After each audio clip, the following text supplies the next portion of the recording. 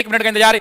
मैंने कहा है कि आना जाना छोड़ चुके, पर्वों से नाता तोड़ चुके, रखकर पत्थर अपने दिलों पर, घर से मुख है मोड़ चुके। अरे कौन होगा?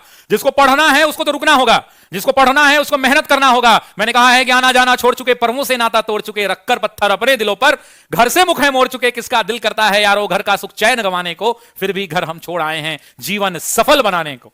नैन में मां के बसता सपना मैं अब काबिल बन जाऊं, और कर कर चिंता बूढ़ी हो गई, कभी तो खुशियां दिखलाऊं। बाप से मेरे चला ना जाता, बाप से मेरे चला ना जाता, फिर भी काम को जाता है, और मेरा खर्चा भिजवाने को रोज कमा कर लाता है। छत वो घर की टपक रही है, आप अंबानी और अडानी के घर के नहीं हैं। याद करो अपने अपने घर को कि छत वो घर की टपक रही है जिसके नीचे सोते हैं, और जब जब बाहर हुआ मेरिट से मुझसे ज्यादा रोते हैं। पता है तुमको, पता है रब को, पता है तुमको, पता है रब को, मेहनत में मेरे कमी नहीं, और वो जीवन क्या जीवन यारो जिसमें किस्मत से ठनी नहीं। माना चलती कठिन परीक्षा, माना चलती कठिन परीक्षा, मेहनत मेरा हथियार है, गुरुओं से लेकर दीक्षा, अर्जुन रन को तैयार है। सब्र का मैया बांध न टूटे, सब्र का मैया बांध न टूटे, गला किस्मत का घोटूंगा, और चंद महीने बाकी हैं, बस बन डीएसपी लौटूंगा, बस बन डीएसपी लौटूंगा। अपने जज्बे और जुनून को जो है आगे बढ़ाते रहिएगा, जुनून को आगे बढ़ाते रहिएगा, और खूब मन लगा के मेहनत कीजिएगा साथियों, कोई आपको रोक नहीं सकता है। चलिए, इन दिस ईयर आप जानते होंगे कि यह हजरत मोहम्मद साहब की बात किया जा रहा है, और आप सभी लोग जानते होंगे कि यह इस्लाम धर्म के संस्थापक माने जाते हैं। यदि हम बात करें इस्लाम धर्म के संस्थापक की बात किया जाए, तो आप सभी लोग को पता होगा कि इस्लाम धर्म के संस्थापक जो है हजरत मोहम्मद साहब है। और आप यह भी बात जानते होंगे, इनके बारे में सवाल पूछा जाता है, तो इनके पिता की बात किया जाए तो हजरत मोहम्मद साहब के पिता का नाम जो था वह अब्दुल्ला बताया जाता है। आप यह भी बात जानते होंगे, तो हजरत मोहम्मद साहब के पिता का नाम अब्दुल्ला था। और हजरत मोहम्मद साहब के माता की बात किया जाए तो इनके माता का नाम अमीना बताया जाता है। यह भी आपको याद रख के चलना है।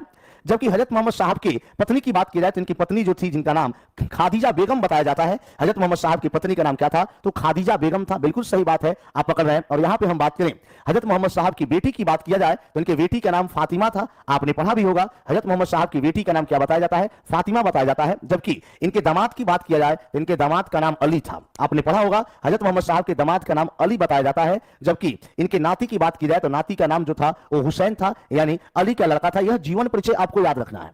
यह जीवन परिचय मेरे भाई आपको याद रखना है हजरत मोहम्मद साहब के बारे में, कि हजरत मोहम्मद साहब इस्लाम धर्म के संस्थापक, इनके पिता का नाम अब्दुल्ला है, इनकी माता का नाम अमीना है, इनकी पत्नी का नाम खादीजा बेगम, और इनके बेटी का नाम फातिमा है, और इनके दामाद का नाम अली है, और इनके नाती का नाम हुसैन है।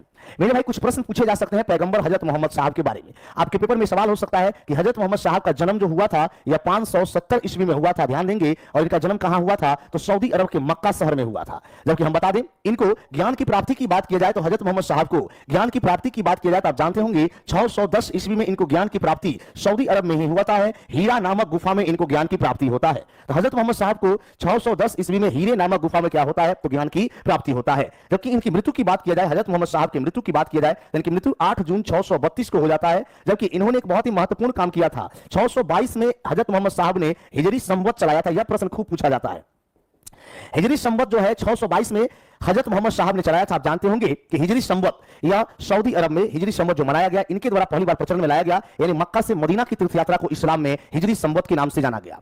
मक्का से मदीना की जो यात्रा हजरत मोहम्मद साहब ने किया था उसे ही क्या कहा गया? हिजरी संवत कहा गया।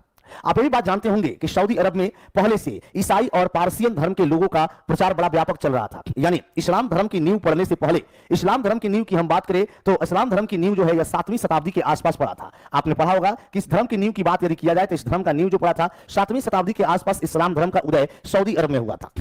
और आपको पता होगा कि 8 जून 632 को यह मर चुके हैं। जबकि 610 में जब इनको हीरा नामक गुफा में ज्ञान की प्राप्ति होता है तो अल्लाह के द्वारा एक व्यक्ति भेजा जाता है इनके पास, जिसका नाम जिब्राइल है। आप जानते होंगे, यह बहुत ही महत्वपूर्ण प्रश्न बनता है। जिब्राइल नामक व्यक्ति जो है अल्लाह के द्वारा भेजा गया है, जो हजरत मोहम्मद साहब के पास आता है। और आप यही बात जानते होंगे कि सऊदी अरब में हजरत मोहम्मद साहब के फॉलोअर्स की संख्या लगातार बढ़ रही है, और अन्य धर्म के लोग इस बात से बहुत टेंशन में है, अन्य धर्म के लोग बहुत नाराज हैं। और वो लोग क्या करते हैं, तो हजरत मोहम्मद साहब को सऊदी अरब में मोटे तौर पर मक्का से हटाकर मदीना भेज देते हैं। इसलिए भेज देते हैं कि इनके अनुयायी, इनके फॉलोअर्स नहीं बढ़ेंगे। लेकिन आप जानते होंगे कि सच्चा मन से यदि कोई किसी से प्यार करता है तो उसको पाने के लिए वह हिमालय तक भी चढ़ सकता है, इसमें कोई दो राय नहीं है। हजरत मोहम्मद साहब से बहुत लोग प्रेम करते थे, बहुत लोग इनके शरण में आना चाहते थे, क्योंकि जिब्राइल नामक व्यक्ति जो अल्लाह के द्वारा भेजा गया एक दूत था, जो हजरत मोहम्मद साहब से स्पष्ट रूप से आकर मिलता है, जो कुरान पहली बार लेकर आता है, यही जिब्राइल, और कहता है कि मुझे अल्लाह ने भेजा है और कहा है कि जाकर हजरत मोहम्मद साहब से कहो कि वही व्यक्ति भारत में इस्लाम धर्म का बहुत बड़ा प्रवर्तक है और वही व्यक्ति भारत में इस्लाम धर्म को आगे की तरफ बढ़ाएगा। तो कहीं ना कहीं ये सारी बातें आपको मोटे तौर पर याद रखके चलना है। ये सारी चीजें आपके पेपर में पूछा जाता है। जिब्राइल, और जिब्राइल ने ही कुरान जो ग्रंथ है उसको अरबी में ट्रांसलेट भी किया, अरबी में संप्रेषित किया है। यह भी प्रश्न आपसे पूछा जा सकता है जिब्राइल के बारे में।